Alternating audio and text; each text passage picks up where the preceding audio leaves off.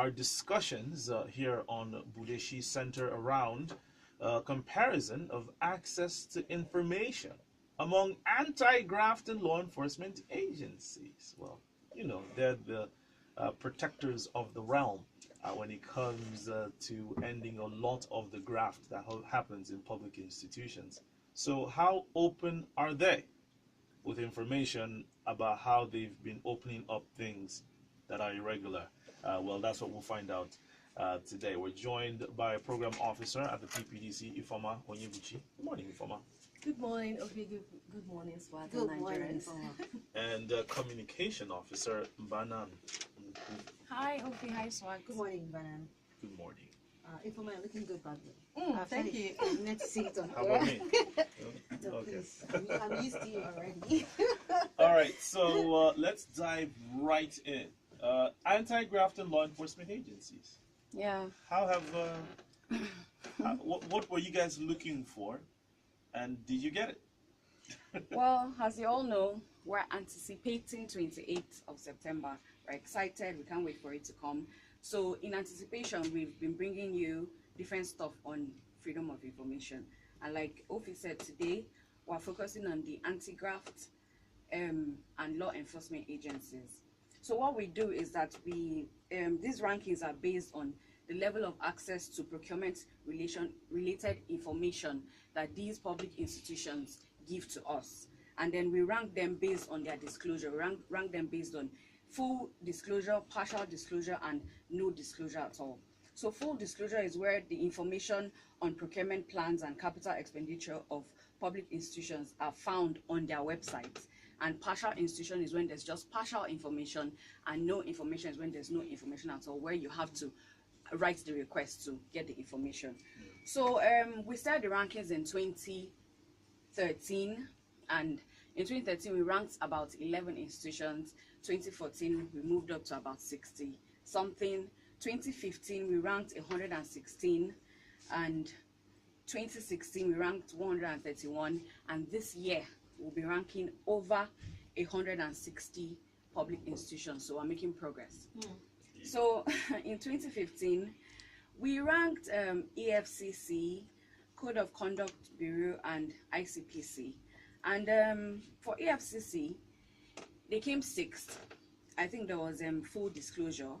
Code of Conduct came 15th in the rankings out of 116, and ICPC came 116 out of 116. And then, but they made ICPC. Yeah. Interesting. But there was progress in 2016, because in 2016, Code of Conduct came 12th, EFCC 12th as well, and then ICPC moved up to 97th position. So this year we'll be ranking a lot more of them. We'll be ranking Federal Road Safety, Nigerian Security Civil Defense Corps, and Police Service Commission. And we've had very good, let me say, we've had better response from them this year. So for EFCC, the request we've sent it to them this year, we've had like partial disclosure. ICPC as well, we've had partial disclosure. So FRSC, we've had full disclosure. Nigerian Security and Civil Defense Corps, we've had full disclosure as well, and also full disclosure from the Police Service Commission. So that's how they fared through these years. Okay. Okay. So improvement last year, and we're hoping to see More improvement this year. Okay. So Ifoma, why is it so important, that these guys avail such information to you? I mean, I know it's important that gain access and everything, but I want you to talk some more on the importance, of some of these institutions availing this. The information you ask of them. Let's just focus on that.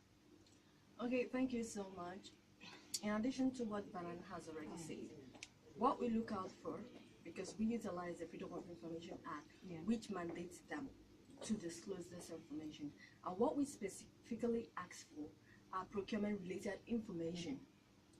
How much the capital warrant you get, how much was approved to you, how much you utilized, and the list of contracts that you awarded in each fiscal year. So in terms of importance, let me just come from the angle of a citizen. We all pay taxes, and given to what is also obtainable in a liberal democratic regime, our government should be transparent and also be accountable. And it is also in their own interest that if citizens verify the performance of their project and their programs, because those goods and services are for the benefits of the people, and you're also carrying it out on behalf of the people, and they are the sole beneficiaries of those projects.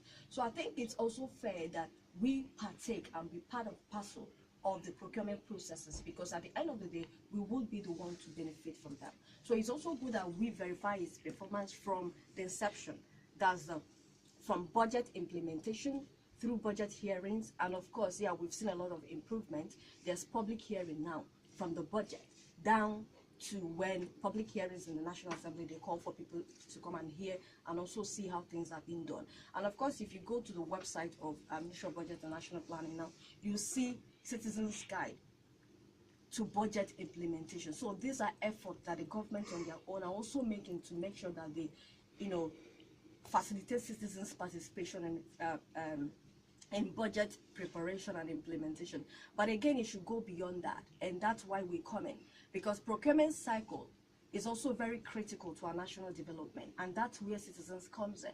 They have to know how those projects that we are budgeted for are being executed down to the implementation stage, and that part is also very crucial, because implementation stage is where you have contractors and the organized private sector come into it, because they are the ones that execute those contracts on behalf of the people and the government. So they are kind of in between. So it's also fair that the citizens participate during the implementation stage, and this can only be possible if they have access to those records. Okay. Now, are you asking the EFCC, ICPC, and all these other law enforcement and anti-graft agencies to let you know the cases they're prosecuting, or it's about their procurement and contracting?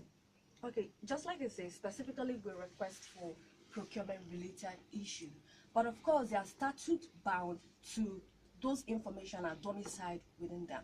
So in accordance with the FOI Act, specifically Section 2 and 1 of that Act, it mandates public institutions to disclose and make readily available through print or even on their website, because all of them have online presence. So they should proactively disclose their activities, their operations on their website. But for what we ask for from them is procurement related information, because that's our core mandate. We are procurement monitors. But again, there will be instances where we'll require those records that are not procurement related. Then we'll request for them. For example, this year, specifically on March, we requested for lists of private guards registered by Nigerian Securities and Civil Defense. It's not procurement related information, but they're statute bound to house this information, and they gave it to us. So other citizens may, request something that is not procurement or public financial expenditure related information, but as far as is within their mandate to also house and also keep those documents and generate those documents, they are bound to disclose such information. Interesting. So people can even go to, because I keep on hearing people asking, EFCC all these years have recovered limited funds. So how much? I'm sure people can go to the site and also request for that, right? Exactly, exactly. Because I've also attended the meeting sometime last year where I was actually talking about procurement related information, but that person is interested in knowing how much EFCC has recovered over the years from looted funds and all that. So it's also covered in the FOI. So you say there was an improvement, but how has it been? Have you had to twist a few arms and resort to the courts? How's it been so far? Just like Bernard did a very detailed overview of what has been over the years, and yes, because the priority of the present government is fighting corruption, and we should lead by examples. So just like she detailed, EFCC and ICPC over the years, they've been responding, but our focus and our priority is to have more public institutions proactively disclosing information. And over the years, we've not had that from any anti-graft agency. And this year, guess what? ICPC, if you go to their website, you'll see that information. So that's a huge progress for us, because that's what we aim for. That's what we want people to do. Before it was just BPSR, and this year you have other public institutions proactively disclosing this information. And what does that entail? It means that it's now saving them the administrative burden of having to replicate this information whenever people send requests. And again, anybody can just, from where you are, you don't necessarily need to write letters to Abuja. You can access their website and have this information. So this is what we want to see streamed across the whole entire public sector while we wait for our National Open Contracting Portal to kick off. How would you respond to the assertion that, well, with anti-graft and law enforcement agencies, it's also like security related? I know we've had this issue with security agencies that they cannot divulge such information. It's inimical to their investigations. Do you think that holds any water? That anti-graft agencies can't divulge this information because it jeopardizes their cases? Well, I think that if the information is about security, that can be withheld. But if it's regular information about maybe stationery that you use, something like that, of course we would like to know, what that is. But if it's, of course, if it's information that is security bound, that's okay to keep. Yeah. Yeah. So in addition to what Banan has already said, even security agencies, core defense sectors, they are bound to disclose information. Now we have this issue now ongoing because we are fighting insurgency and a lot of issues ongoing. But again, the FOI Act has already stated what classified information are, and procurement related information are not under that classified information. They are bound to disclose that. So, and anti-graft agencies, yes, they prosecute and they also, help to also, cope and also take care of security-related issues in Nigeria, and of course, fighting corruption and prosecuting corruption-related issues. So there's no exemption for them, because even core security agencies, defense sectors, they are bound to disclose information. But those, so there's exclusion, but that's actually what is under classified information. So what the issue now is what entails classified information, because what Ministry of Defense calls classified information, you can actually obtain that same document from another core defense sector. So it's an issue that was also part of the advocacy we did last year under one project, for us to have a uniform standard for disclosing security related information, so it wouldn't be subjective to the MDAs themselves. So we'll have a uniform standard that cuts across, that dictates and also explains what entails security information. Because until we get it right, people will keep telling you that information you're requesting for, even though it's procurement related information, that they are classified information. Okay.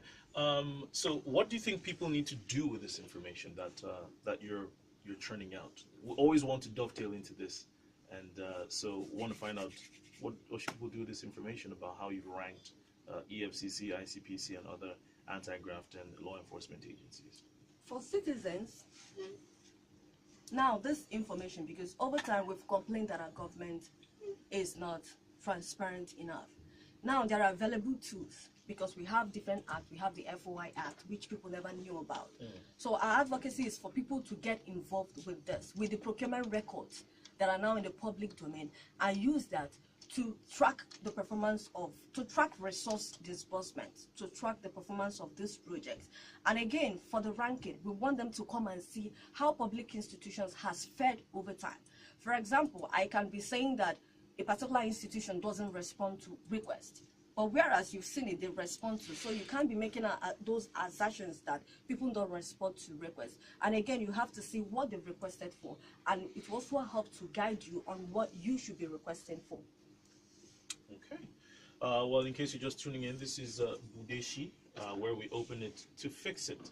And the focus today is on the comparison of access to information among anti-graft and law enforcement agencies. It's a build-up, of course, to the FOI compliance rankings put together by the PPDC, and that comes up on the International Right to Know Day, the 28th of September. Well, Mbanan, Nku, and Ifoma Onyebichi are our guests this morning, and would like to hear from you. What do you make of access to information from the anti-graft agencies, and how well they fared? One of them, from 116 dead last year. Made an improvement to, are we divulging how much they improved? They will see it on the They'll see it on the 28th. So let them wait But there first. was an improvement. And so you can call us or send in a message. You can call 09 4600 951. That's 09 4600 951. Or WhatsApp 080 999 30137. We have a caller. Hello? Hello. Hello, good morning, Ophir, my brother. Good morning. I'm on the line. Welcome to Budeshi. I still await your mesa. Anyway, that is by the way. Good morning, Swat, and good morning, Budeshi. Good morning. Morning to you. Yes, mine is a sort of a question. I've been listening to your analysis there. I want to find out, because you stated most of these organizations are statutorily bound to maybe divulge the information based on what they are set up to do. But however, you focus more on the procurement angle. Is it that you run with whatever information they provide for you, and then you conclude on your assessment, or you go further to do necessary confirmation with regards to maybe contracts that they claim they've awarded to people, and if maybe the contracts were executed up to standard? Thank you. All right, that's an interesting question. So they give you information, and do you just take a hook, line, and sinker, or you peruse it and see whether it adds up or not? Okay, thank you very much. Just like so we have started, what we do is to request for procurement related information. For another person, it may not be their focus or their interest will not be procurement related information, but because we are procurement monitors, we request for this information using the FOI Act. Yeah. And it doesn't just end there, because over time we've come here to talk about our findings from Abudeshi Waka. So with those information, of course, they are the ones that are producing the data. They are the ones that are utilizing. They are the ones that have the data. We don't manufacture data. Data comes from their activities, from their procurement and award of contracts and all that. And of course, we also get the budget data. Then we can then use those information to go to the project site. Because the things we request for is how much you received, how much you utilized, the names of the contract, the contractor's details, the location, the site, the status, the start and the end date of that project. So for example, if we got procurement records for contract that was executed in 2014, and it's just a duration of 1 year or 2 years. By now, that contract must have, yes. So we take that information, hoping to see a contract or a school that's already in use. So we go there and then verify, match what we see on ground with what we have in paper. And over time, yes, we must commend many public institutions. Over time, you find out that what you have in paper matches what you see in ground. But of course, in some cases, it's different. There's discrepancies and disparities. So we come back here and then write to them. And that's also why anti-graft agencies are also part of that. Yeah. Because it's a case of, if a contractor goes to the site and doesn't do what they're supposed to do, it's a case of fraud, because you've embezzled public money. So yeah, so that's why we are together in this. We don't just take it. But how many physical contracts do anti-grafting agencies get involved in? Nigeria? They're not building schools or hospitals. Do they have like office complexes or yeah, it does. Law enforcement agencies with stations and stuff? Yeah, it depends on what the capital project is submitted. The procurement plan they submitted for the last fiscal year. It may be construction works, maybe goods and services, but it's left for them to decide what they want for that fiscal year. So it could even be internal, maybe yes, you want to procure something. How do you guys go about trying to compare that side by side, what you have on paper and probably what was gotten in terms of what they requested? Okay, so we don't go for recurrent, we go for core capital projects. We also don't, so it's speculative, depends on what you want. So for us, over time, we've preferred construction works. We don't go for services, because in most cases, it must have vanished into thin air, So we will go for tangible and feasible contracts, schools, construction of hospitals, especially those ones that relate to humans. especially those ones like works, hospitals. That's why we did a lot of monitoring PHCs and of course schools, because they're domiciled within our local government and also at the rural areas. Okay. Yes. All right, let's take another call. Good morning. Hello, good morning. Welcome to Budeshi. Yeah. Please, I'm just on my radio. Wow. Starting the discussion. I decided when you called the number, I decided to call. Okay. Yeah. I guess I'm speaking with Nigeria Info. Yes, you are. Yes, you are. Yeah.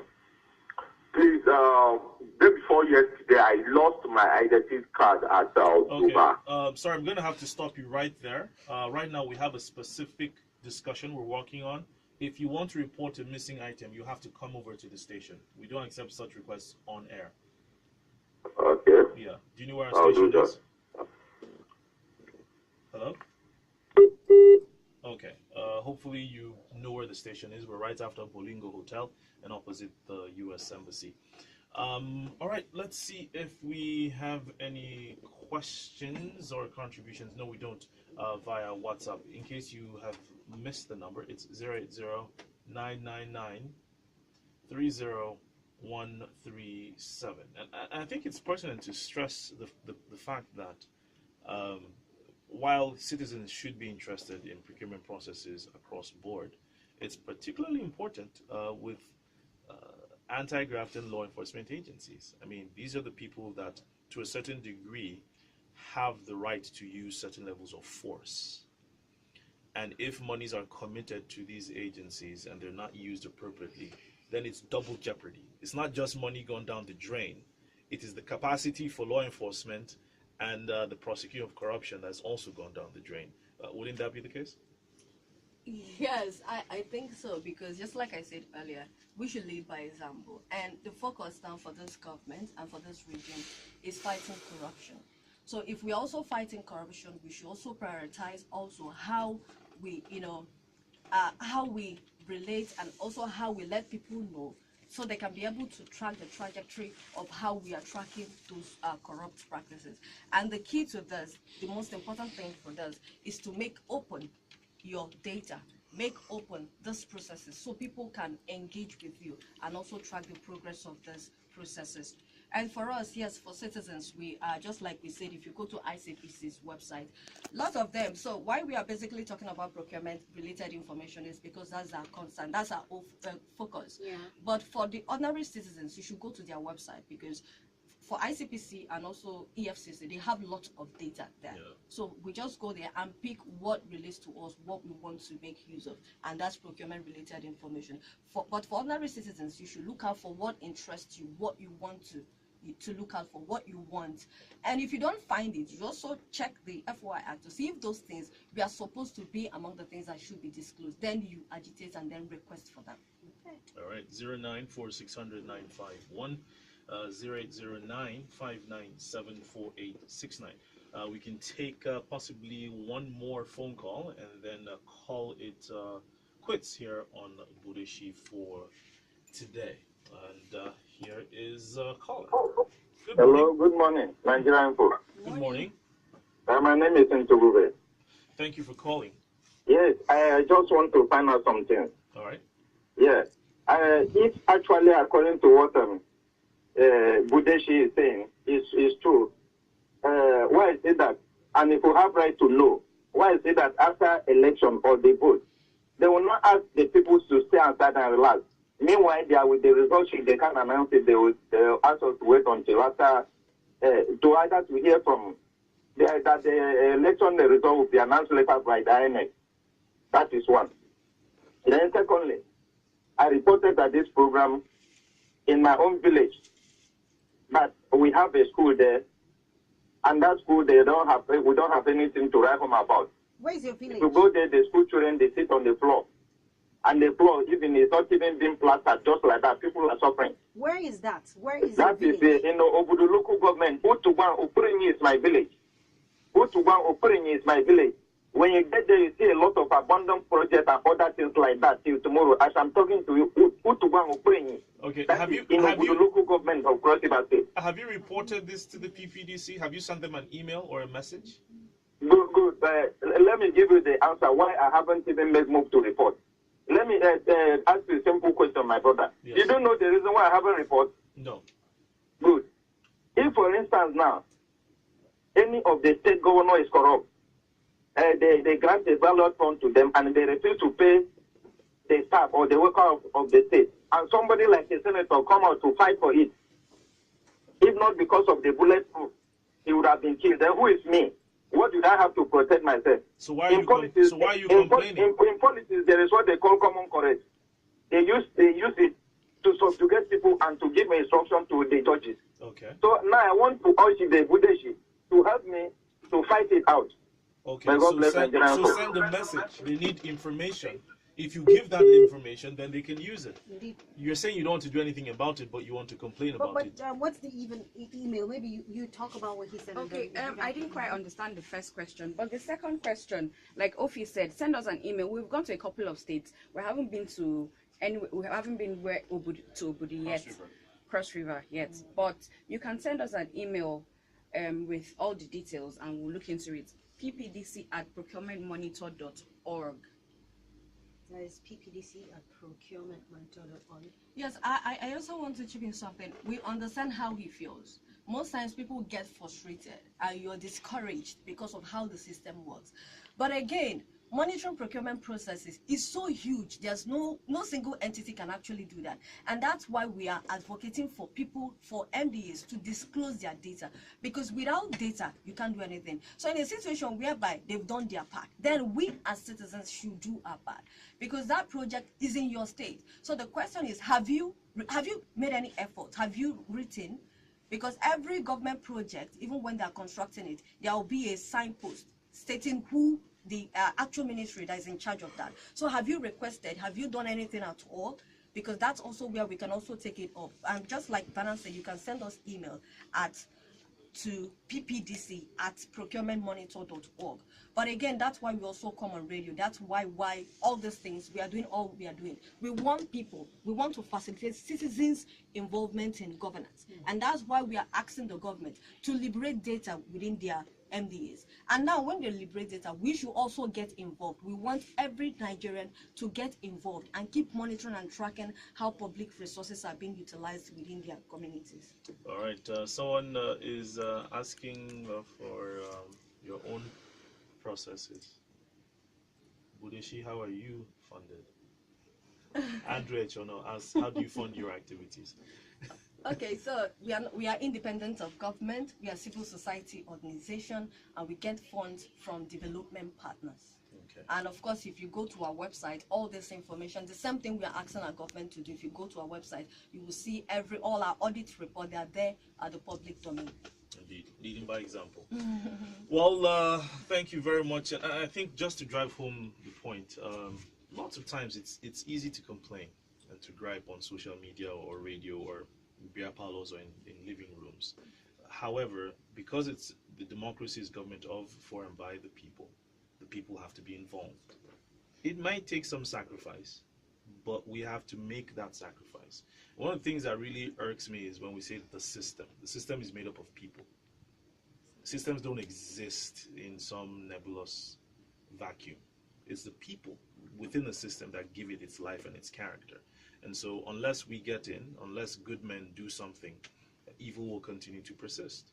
And so if you feel very passionately about Nigeria and you feel really irked by the things that we see in public and the public sphere, then we have to get involved. Exactly. It will take some work, it will take some sweat and some sacrifice. Exactly. But if we want the dividends of democracy, we must take on the responsibilities of democracy. Thank you very much, Ifoma and Mbanan, for making out the time, and well done once again for what you all do. Thank you, and Swat. Thank you for having us.